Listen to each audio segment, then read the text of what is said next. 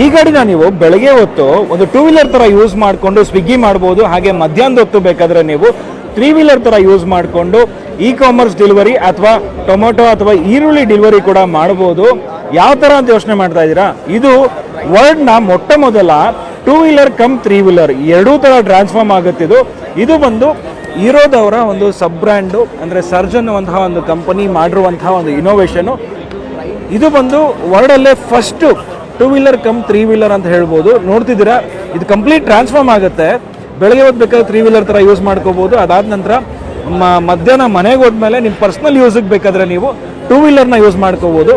2 wheeler ಮತ್ತು 3 wheeler ಎರಡಕ್ಕೂ ಸೇರಿ ನೀವು ಚಾರ್ಜ್ ಮಾಡ್ಕೊಬೋದು. ಕನೆಕ್ಟ್ ಆಗಿದ್ದಾಗ ಸಪ್ರೇಟಾಗಿ ನೀವು ರಿಮೂವ್ ಮಾಡ್ಕೊಂಡ್ರಿ ಅಂತ ಹೇಳಿದ್ರೆ ಇದಕ್ಕೆ ಮಾತ್ರ ಚಾರ್ಜ್ ಮಾಡ್ಕೊಬೋದು. ಆ್ಯಂಡ್ ಸಪ್ರೇಟ್ ಚಾರ್ಜಿಂಗ್ ಪೋರ್ಟ್ ಎರಡಕ್ಕೂ ಇದೆ. ಸಪ್ರೇಟ್ ಬ್ಯಾಟ್ರಿ ಮತ್ತು ಮೋಟ್ರ್ ಎರಡಕ್ಕೂ ಇದೆ. ಎರಡು ಇಂಟರ್ಲಿಂಕ್ ಆಗಿದ್ದಾಗ ಎರಡು ಸೇರಿ ಒಟ್ಟಿಗೆ ಚಾರ್ಜ್ ಮಾಡ್ಕೋಬೋದು. ಸಕ್ಕತ್ತಾಗಿದೆಯಲ್ಲ ಇನ್ನೋವೇಷನು. ಸೊ ಈ ಗಾಡಿ ನಿಮ್ಗೆ ಇಷ್ಟ ಆಗುತ್ತಾ ಅಂತ ಹೇಳಿ ಕಮೆಂಟ್ ಮಾಡಿ.